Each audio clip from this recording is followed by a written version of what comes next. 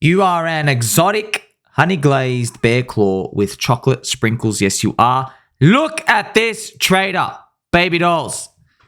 Look at the buys. Look at the sells. Have you noticed something? Maybe he bought high and sold low. This is a very common series of trades you'll see in 90% of traders. You can go onto Dex Screener and you can actually go to the time and sales and you can see all these people just getting wrecked like this. Now, here's another website, dextools.io. Dextools.io, one of the most famous charting websites. If you go down to the bottom, you can just click here. You see these little numbers, friends? If you click, it'll show you that person's trade. So this is just one random coin, pond coin. So you can see this person did buy and sell immediately. What about this person? I found here like a number 8 here. You can see all their trades here. Buy, sell. So they're probably some arbitrage bots. This is a 12-hour.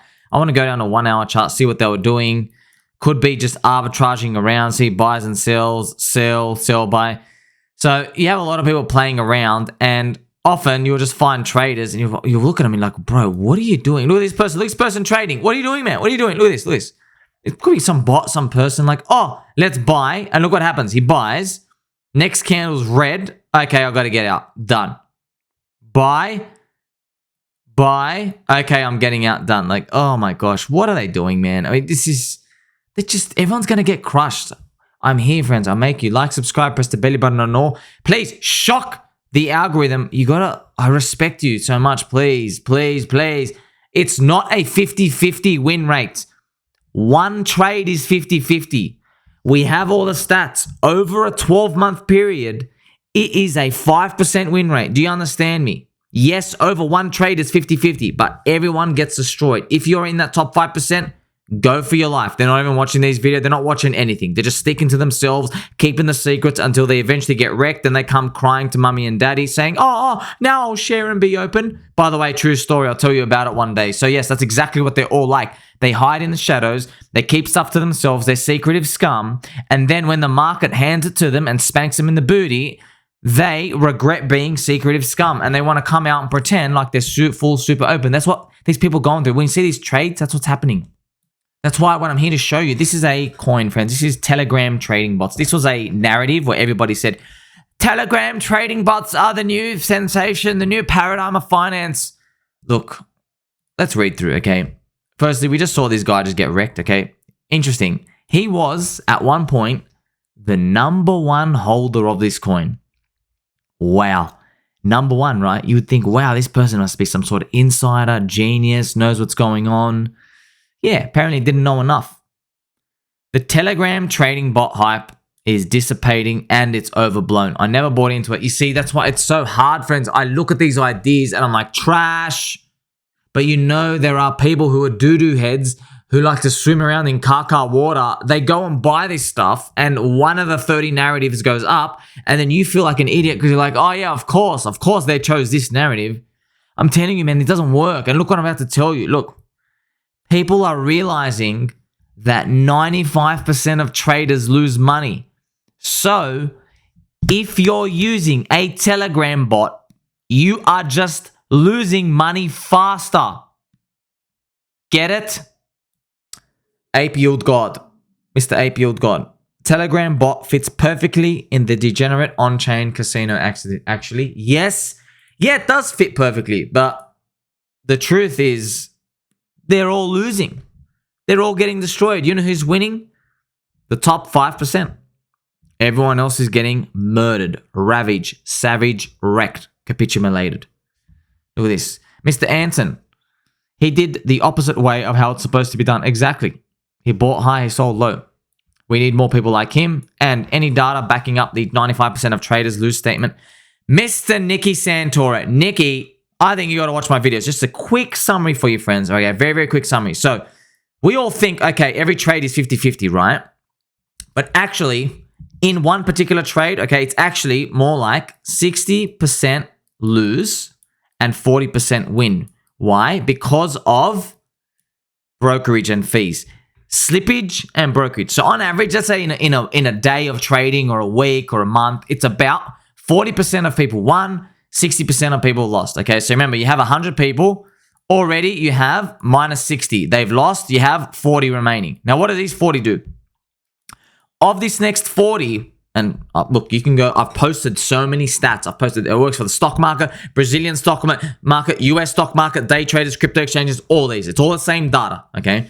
Of those 40 people who win, the next 25, okay, the next 25, they're barely profitable. So yes, technically they've won, but over a year, for example, they've only made like $2,000. There's a lot of people like that. So they've made like, $1, $2, $3, $4, or $10,000, which is like nothing, because minimum wage in America is what's like getting you 30 grand a year. So you basically failed. Okay. So there you go. So now you can just, all these people wasted their time trading, and now you literally lost minus 25 already. All right. You're making minimum wage or less. That is in 1 year. So now remember, you've now actually gotten rid of, friends, 85% of people. So you've got rid of 85. So now we're left with, so 85% lose, and you just got 15% win. Now, remember, those minimum wage, there's another bracket.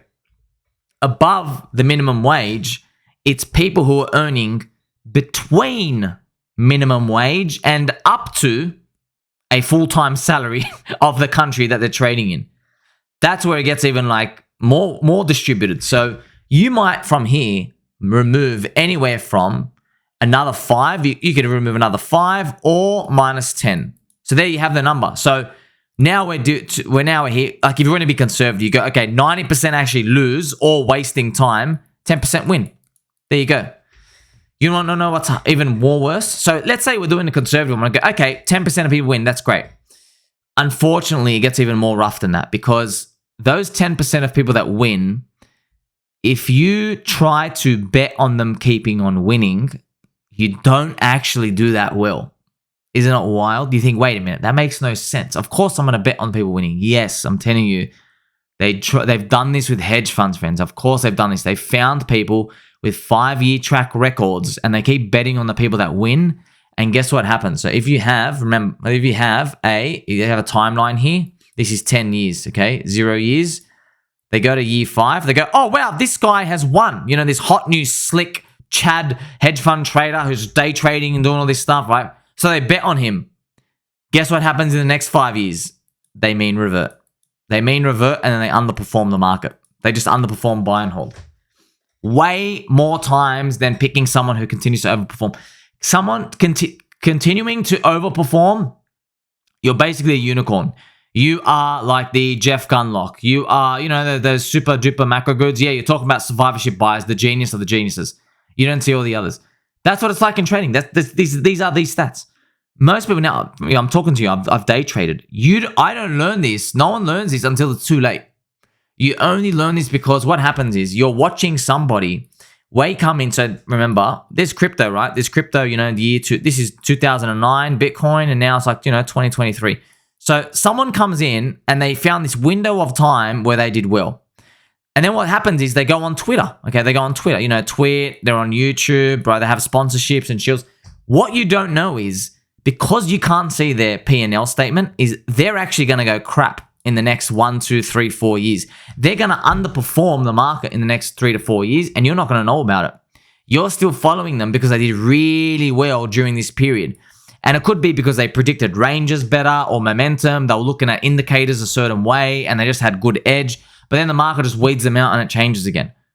Do you see? Now, this is why. See all these obstacles? You're like, man, if I knew all these obstacles, I would have went and worked a job, spent 90% of my salary DCA buying in, and just continue to DCA buy for the rest of the time. Why? So this is why I've got to tell you something, okay? In trading, all right, so let's say you've been trading for like 10 years, all right? What you make in year 11, I know theoretically you think, okay, if I've been doing okay for the first 10 years, I should do okay for the 11th year.